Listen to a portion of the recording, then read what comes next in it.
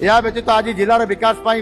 1047 कोटी टंकार अधिक मूल्यर उन्नयन प्रकल्पर भित्तिप्रस्तर शिलान्यास करागला। एथिरे 105 कोटी टंका मूल्यर 23 प्रकल्पर उद्घाटन और 702 कोटी टंका मूल्यर 64 प्रकल्पर भित्तिप्रस्तर आम स्थापना कर। आज शुभारंभ होता प्रकल्प गुड़िक मध्य सड़क उन्नयन, जलसेचन, छात्री निवास, अग्निशम सेवा केन्द्र, स्ट्रीट लाइट, परिमल व्यवस्था, बस स्टाण्ड, स्टाडियम, स्वास्थ्य भित्तिभूमि, कल्याण मंडप बड़ी अनेक गुरुत्वपूर्ण प्रकल्प जिलार विभिन्न कोण अनुकूल प्रतिष्ठा करने जहाँ जनसाधारण दाबी अच्छी जहाँ आपण दाबी अच्छी आम आज करने जाऊँ। ये सब प्रकल्प गुड़िक मध्य चारिगोटी भागरे बरडापाड़ जातीय राजपथ 49 पर्यंत रास्तार प्रशस्तीकरण, उन्नतीकरण, केन्दुझर सदर साई मंदिर पाखरे रिवर फ्रंट डेभलपमेंट, पानीय जल जोगाण व्यवस्था, स्ट्रीट लाइट, विभिन्न स्कूल अतिरिक्त श्रेणीगृह, दक्षता विकास केन्द्र, सीमेंट कंक्रीट रास्ता निर्माण,